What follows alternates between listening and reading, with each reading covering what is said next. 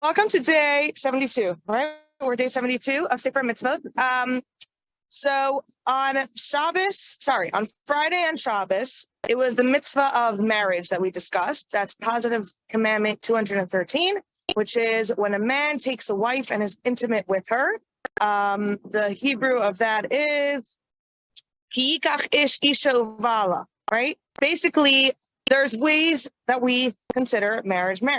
And there's a lot of inference from this to that, to that, to that. Bottom line is there's three ways that a man and a woman can be married. Number one, the man gives the woman an object of value, i.e. the ring, classically. Number two, the man gives the woman a marriage contract, otherwise known as a ksuba. And number three, the man is intimate with the woman. Actually, having intimacy is a form of marriage.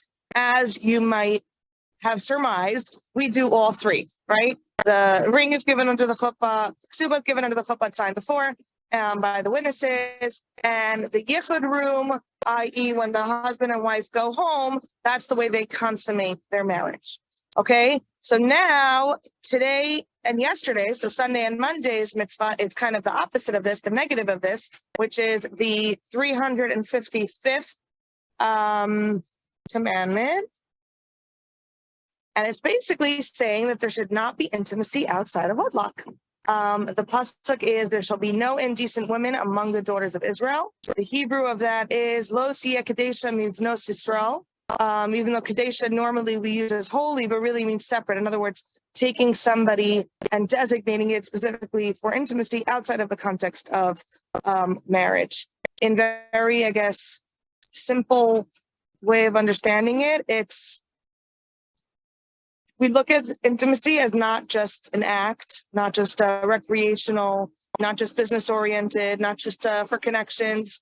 It's the ultimate act of what intimacy is: connection, a deep connection that only two people in the context of marriage can experience. It's the ultimate, right? And the fact that it falls so low, and it could be used for very either just pleasure, which is not the Torah way, or even baseline criminalities, etc., is really because it has the potential to be so high. It could be the holiest expression. It's considered the holiest act that a husband and wife can have. And that's why mikvah is so connected to it, and it's such a fundamental mitzvah.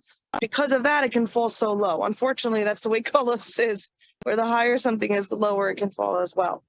But it is forbidden from the Torah outside of wedlock, outside of that.